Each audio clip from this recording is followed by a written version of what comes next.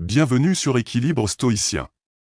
Aujourd'hui, nous plongeons dans la sagesse intemporelle des sages stoïciens pour explorer l'importance cruciale de se comprendre soi-même. La compréhension de soi est une pierre angulaire du développement personnel et spirituel. En adoptant les principes stoïciens, nous pouvons apprendre à mieux gérer nos émotions, à rester serein face aux défis de la vie, et à atteindre un équilibre intérieur durable. Dans cette vidéo, nous allons découvrir comment les enseignements de figures emblématiques telles que Sénèque, Épictète et Marc Aurèle peuvent nous guider vers une vie plus épanouie et authentique. Quels sont les outils et les techniques que ces sages utilisaient pour atteindre la paix intérieure et la résilience? Restez avec nous pour découvrir des clés précieuses pour votre développement personnel et spirituel, des exercices pratiques pour renforcer votre compréhension de vous-même, et des réflexions profondes pour nourrir votre esprit. Préparez-vous à un voyage inspirant vers la maîtrise de soi et l'harmonie intérieure. Les sages de la Grèce antique disaient « Connais-toi toi-même ». Mais comment, à notre époque pleine de technologie, pouvons-nous vraiment nous comprendre, découvrir notre personnalité et notre potentiel? Dans cette vidéo, nous allons explorer 8 méthodes inspirées des stoïciens pour mieux nous connaître. C'est une chance unique de plonger dans l'univers de notre esprit et de ses incroyables capacités. Si vous cherchez à vous améliorer et à vous découvrir en profondeur, ne ratez pas cette vidéo. C'est le début d'un voyage vers une meilleure connaissance de soi. Premièrement, imaginez que vous vous regardez comme si vous étiez une autre personne. Avez-vous déjà pensé à la manière dont vous pourriez changer si vous vous observiez de l'extérieur? C'est le cœur d'une technique stoïcienne, se voir avec la curiosité d'un inconnu. Nous sommes souvent aveuglés par nos émotions et nos idées préconçues, ce qui fausse notre vision de nous-mêmes. Imaginez que vous êtes le héros d'un film. Que diriez-vous de ces actions et choix? En changeant de point de vue, on peut se voir de façon plus objective et repérer des habitudes ou réactions qui ne nous conviennent pas. Il ne s'agit pas de se critiquer, mais de voir plus clair.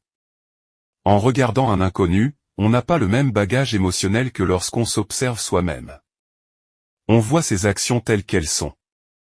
C'est cela l'objectif, se voir clairement et sans jugement.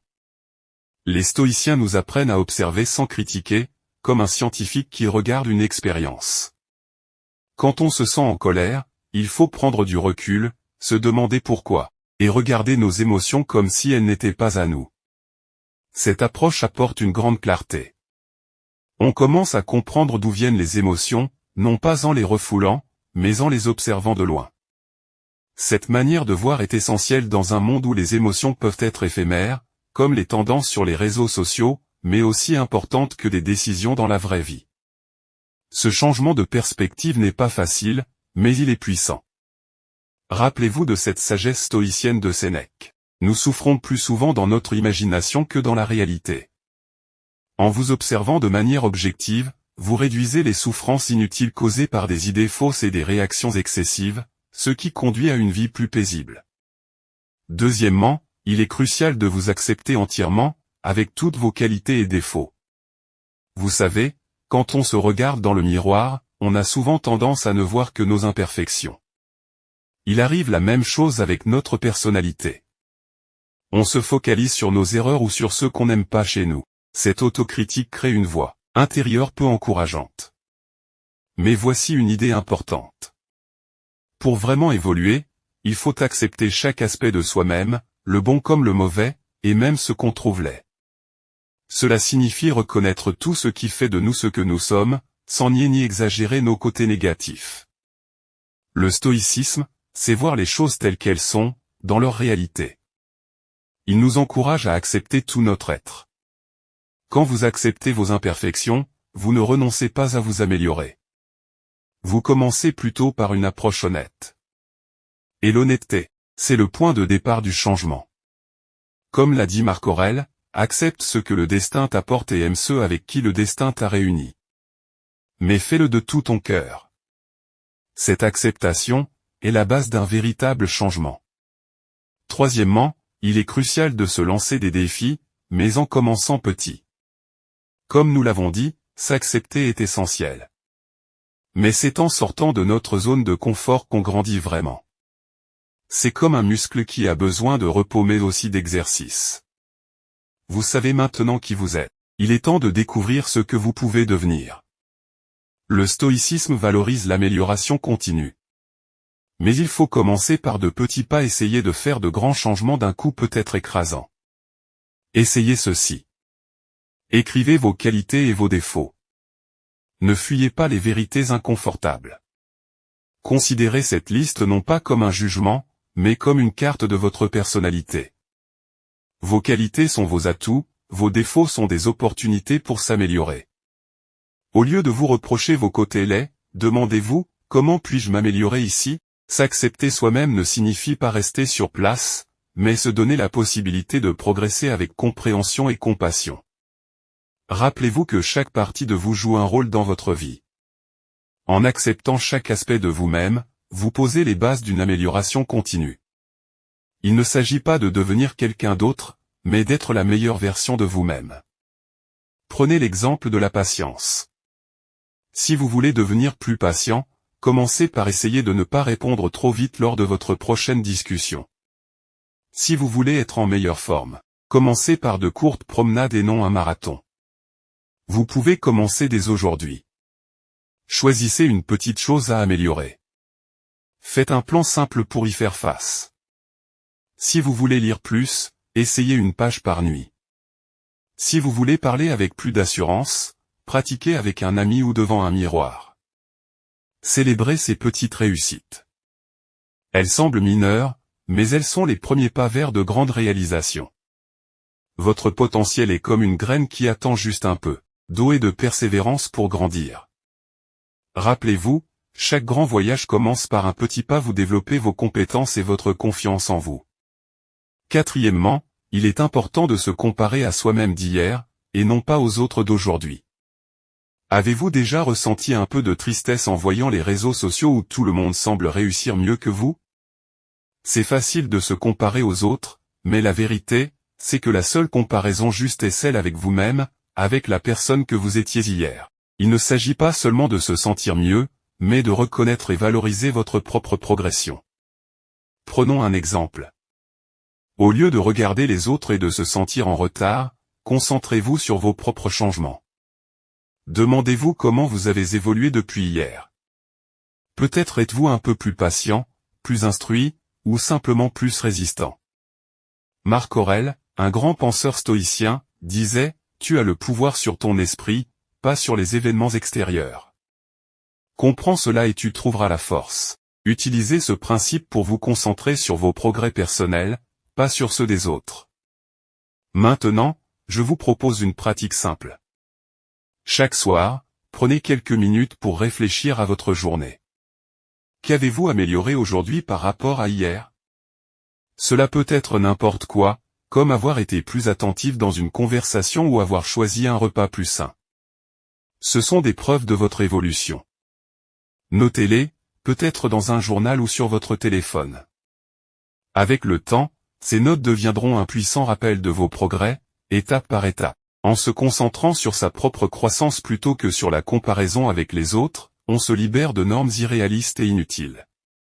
Vous commencez à apprécier votre propre parcours, en sachant que chaque jour vous rapproche un peu plus de la personne que vous voulez devenir. Maintenant, abordons une étape cruciale, la 5e, qui est fondamentale dans notre voyage de découverte de soi. Prendre la responsabilité totale de nous-mêmes. C'est un principe essentiel qui peut transformer radicalement notre approche de la vie. Prenez entièrement la responsabilité de vos choix. Cela représente un grand changement, comme si vous preniez le contrôle d'une voiture qui était jusque-là en train de dériver sans direction. Souvent, nous avons tendance à blâmer les circonstances, les autres ou la chance pour notre situation actuelle. Pourtant, en réalité, plus nous prenons en main nos réactions et nos décisions, plus nous dirigeons notre vie vers la direction que nous voulons. Cela commence par arrêter de se comparer aux autres et plutôt se concentrer sur notre propre progrès. C'est comme dire, c'est ma vie et c'est à moi de la diriger. Épictète disait qu'on ne peut pas choisir nos circonstances extérieures, mais on peut toujours choisir comment on réagit face à elles.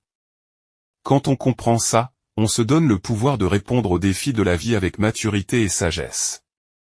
Commencez par regarder où, dans votre vie, vous avez laissé la responsabilité à d'autres, que ce soit dans vos relations ou vos objectifs personnels. Ensuite, demandez-vous comment vous pouvez prendre davantage de responsabilités dans ces domaines. Il ne s'agit pas de se juger sévèrement, mais de reconnaître votre capacité à changer les choses. Par exemple, si un projet au travail ne va pas bien, au lieu de blâmer l'équipe, réfléchissez à ce que vous pouvez faire pour améliorer la situation. Cette démarche ne favorise pas seulement votre développement personnel, mais elle augmente aussi le respect et la confiance que les autres ont en vous. Le sentiment de contrôle et de valorisation personnelle que vous obtenez en prenant la responsabilité de votre vie est profond et transformateur. Vous commencez à voir les difficultés comme des chances d'apprendre et de progresser. La prochaine technique que nous aborderons plus tard s'appuie sur cette idée et vous guide encore plus loin dans l'apprentissage de la vie stoïque et la découverte de soi. Pour la 6e étape, il est essentiel de choisir avec soin ceux qui nous influencent. Chaque jour, sans que nous en soyons toujours conscients. Les personnes, les médias et notre environnement ont un impact sur nous. Ces influences peuvent ressembler à l'air que nous respirons, parfois purifiant, parfois pollué. Elles façonnent nos pensées, nos actions et, en fin de compte, nos vies. Le problème, c'est quand des influences négatives ou toxiques nous éloignent de notre vraie nature ou de nos objectifs. Il est donc crucial de reconnaître ces influences et de les choisir avec sagesse. Pour notre développement et notre bien-être. Comme nous avons parlé de prendre en main notre vie, une partie de cette responsabilité inclut de décider qui et quoi nous laisse nous influencer. Sénèque conseillait de s'entourer de personnes qui nous améliorent. Être entouré de personnes positives, bienveillantes et inspirantes peut nous pousser vers l'avant. De la même manière, choisir des médias qui enrichissent et éduquent plutôt que ceux qui dégradent et distraient est important pour s'améliorer. Commencez par examiner les personnes et les médias dans votre vie. Y a-t-il des gens qui voudraient nous diminuer vos aspirations? Peut-être est-il temps de reconsidérer ces relations. Regardez aussi les médias que vous consommez. Nourrissent-ils votre esprit ou le submergent? Recherchez activement des personnes et des ressources qui correspondent à vos valeurs et objectifs, comme des livres, podcasts ou discussions enrichissantes. Assurez-vous qu'ils contribuent positivement à votre croissance. Rappelez-vous. Il ne s'agit pas de couper les ponts avec les gens, mais plutôt de créer un environnement qui soutient votre parcours de vie. La 7e étape consiste à dire oui uniquement à ce qui est important. Notre temps, notre énergie et notre attention sont précieux. Mais combien de fois nous retrouvons-nous à dire oui à des choses qui ne comptent pas vraiment, à nous surcharger de responsabilités inutiles ou à nous préoccuper de trivialités? Cela nous éloigne souvent de nos véritables buts et passions. Apprendre à dire oui seulement à ceux qui correspondent à nos valeurs et aspirations est une compétence essentielle. Cela rejoint l'idée de choisir soigneusement nos influences. Nos actions doivent être en accord avec nos valeurs. Comme le disait Marc Aurèle, nous ne devrions pas craindre la mort, mais plutôt craindre de ne jamais réellement commencer à vivre. Vivre pleinement, c'est faire des choix qui sont en harmonie avec nos vrais désirs et objectifs, plutôt que de remplir notre vie d'activités sans valeur. Pour commencer, réfléchissez à la façon dont vous utilisez votre temps. Examinez vos activités quotidiennes. Apportent-elles de la valeur à votre vie? Sont-elles alignées sur vos objectifs?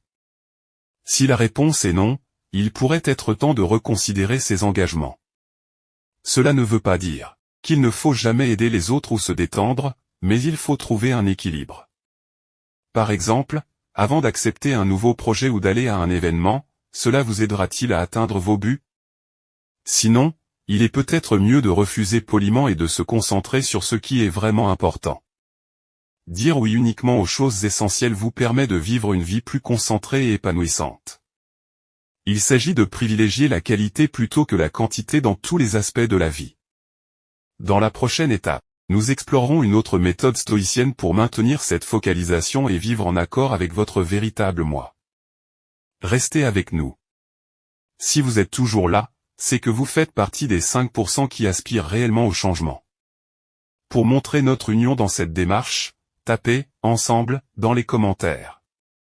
C'est formidable de voir combien nous ne sommes pas seuls dans ce voyage. Chaque ensemble est un rappel gratifiant de notre communauté soudée avançant vers l'amélioration personnelle. 8e, il est important de contribuer à l'amélioration des autres. Améliorer la vie des personnes autour de nous est une des choses les plus gratifiantes. Souvent, on se concentre tellement sur notre propre développement qu'on oublie l'effet profond que l'on peut avoir sur les autres. Notre véritable progression se mesure non seulement par notre amélioration personnelle, mais aussi par la façon dont nous aidons les autres à grandir. C'est créer un effet positif qui va au-delà de notre propre vie. En choisissant ce qui compte, comme les relations et l'impact que nous avons sur les autres, nous pouvons vraiment faire une différence. Sénèque disait, « Partout où il y a un humain, il y a une opportunité pour la gentillesse. » Cela signifie utiliser notre sagesse et notre force pour aider les autres. Il s'agit d'améliorer non seulement soi-même, mais aussi notre communauté. Commencez par être une force positive pour ceux qui vous entourent. Cela peut être simplement écouter quelqu'un, partager des conseils tirés de vos expériences. Ou encourager quelqu'un qui fait face à des difficultés.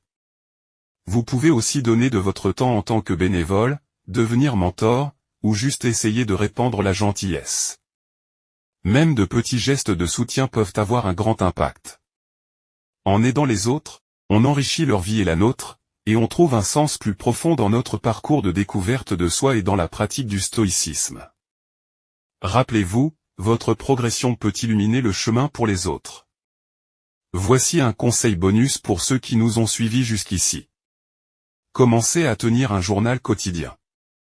Marc Aurèle écrivait ses pensées dans ce qui est maintenant connu sous le nom de « méditation ». Ce n'était pas un livre destiné à être publié, mais plutôt ses notes personnelles et sa façon de pratiquer le stoïcisme au quotidien. Cela montre l'importance de la journalisation pour la découverte de soi et le développement personnel. Toutes les étapes que nous avons abordées peuvent être enrichies par l'écriture dans un journal. C'est un endroit où vous pouvez réfléchir à vos expériences et pensées. Pas besoin de choses compliquées. Écrivez simplement vos idées et sentiments sincères. En écrivant, vous trouverez de la clarté et des idées cachées dans le tumulte de la vie quotidienne. Comme le disait Sénèque, le vrai bonheur est de jouir du présent sans inquiétude pour l'avenir. La journalisation vous aide à rester dans le moment présent, à apprécier votre parcours. Et à planifier votre futur de manière intentionnelle. Parmi toutes les techniques stoïciennes, laquelle vous intéresse le plus? Partagez vos pensées dans les commentaires. Notre discussion d'aujourd'hui fait partie d'un plus grand voyage d'apprentissage. Si le développement personnel et la quête de sagesse vous passionnent, faites-le savoir en nous laissant un petit like et continuons ensemble notre exploration des enseignements stoïciens. À très bientôt chers amis stoïciens-stoïciennes. N'oubliez pas de vous abonner pour nous encourager à produire plus de contenu sur ces thématiques.